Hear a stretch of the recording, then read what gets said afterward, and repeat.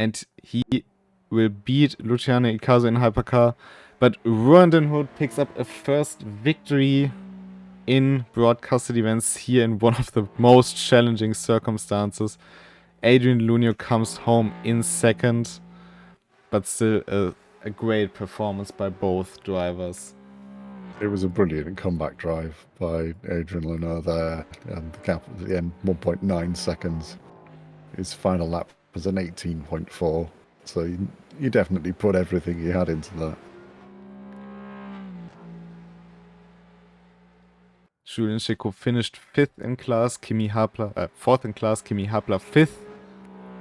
And we are waiting for Alizar to come home to complete the podium.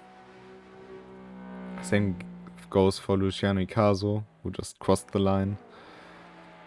Further down, Munuera in 6th, Bronigas 7th, Pfeiler 8th, Jamidov 9th, and Jeremy Miles, who's just in front of Alizar here, will cross out the top 10. Jason Kizar, the last car on track, in 11th. That is your result for today's race, and what a race it has been. I didn't even have time to tell my all-time favorite Road Atlanta story.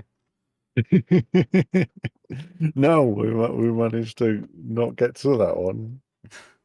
It was a pretty. I managed to talk to you a bit about World Superbikes though, so you have that. But it was an exciting race. There was a lot of things going on. Very interesting indeed. Yeah, I really enjoyed today's race. I mean, there was non-stop action. There was maybe like in the middle, but even then. So, yeah, it's. I think we rarely had a race this actionable for so long. I think that's a great development to see. Also, congrats to both hypercars making it to the end. It is a brutal combo. We didn't have, I can't recall any hypercar GT3 multi-class issue. No, both the classes dealt with it really well, I think. It seemed pretty clean and fair with the overtaking between the classes, and there was that one with Dominic Ladler overtaking two GT3s that were currently racing, which was a bit clinch-worthy for a second, but I think they managed to navigate it pretty well. Yeah, I mean, I think that's a great way to close out today's race. In general, I hope we will see more of that. And we will see more RCEs in 2 weeks. Do you want to take it away what we are going to do? It's a bit of a different race. I can't remember what it is, actually. We did the recording together. Oh, yeah, we did. that would be Praga and M2. Correct. A 45-minute race at Hockenheim with 2 sprint-orientated cars. Shorter track, or not shorter than Road Atlanta, but on the shorter side, on the shorter spectrum. And I mean, the difference is quite similar to Hypercar and GT3 if you think about it. Yeah, for sure. Both of the cars really like carrying corner speed. Both lower on the power spectrum, definitely not underpowered by any stretch of the imagination.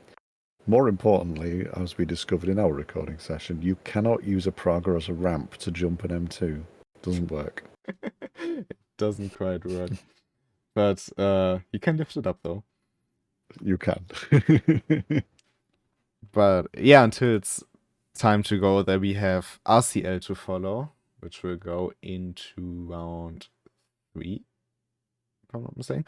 We have official schedules. You can race daily. So you can currently see tons of free combinations available for you to race and enjoy. If you like today's race, you might as well like the multi-class at 7 p.m. And yeah, I think today showed really the potential of what maybe endurance can look later on in our plans for the future.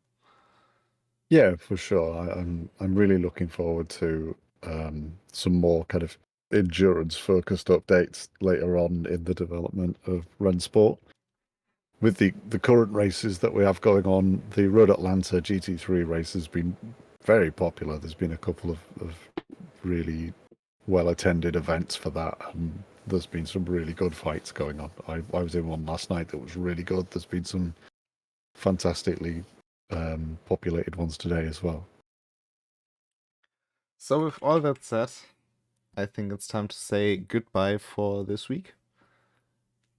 And until the next time, have a great time, take care, and goodbye. Goodbye.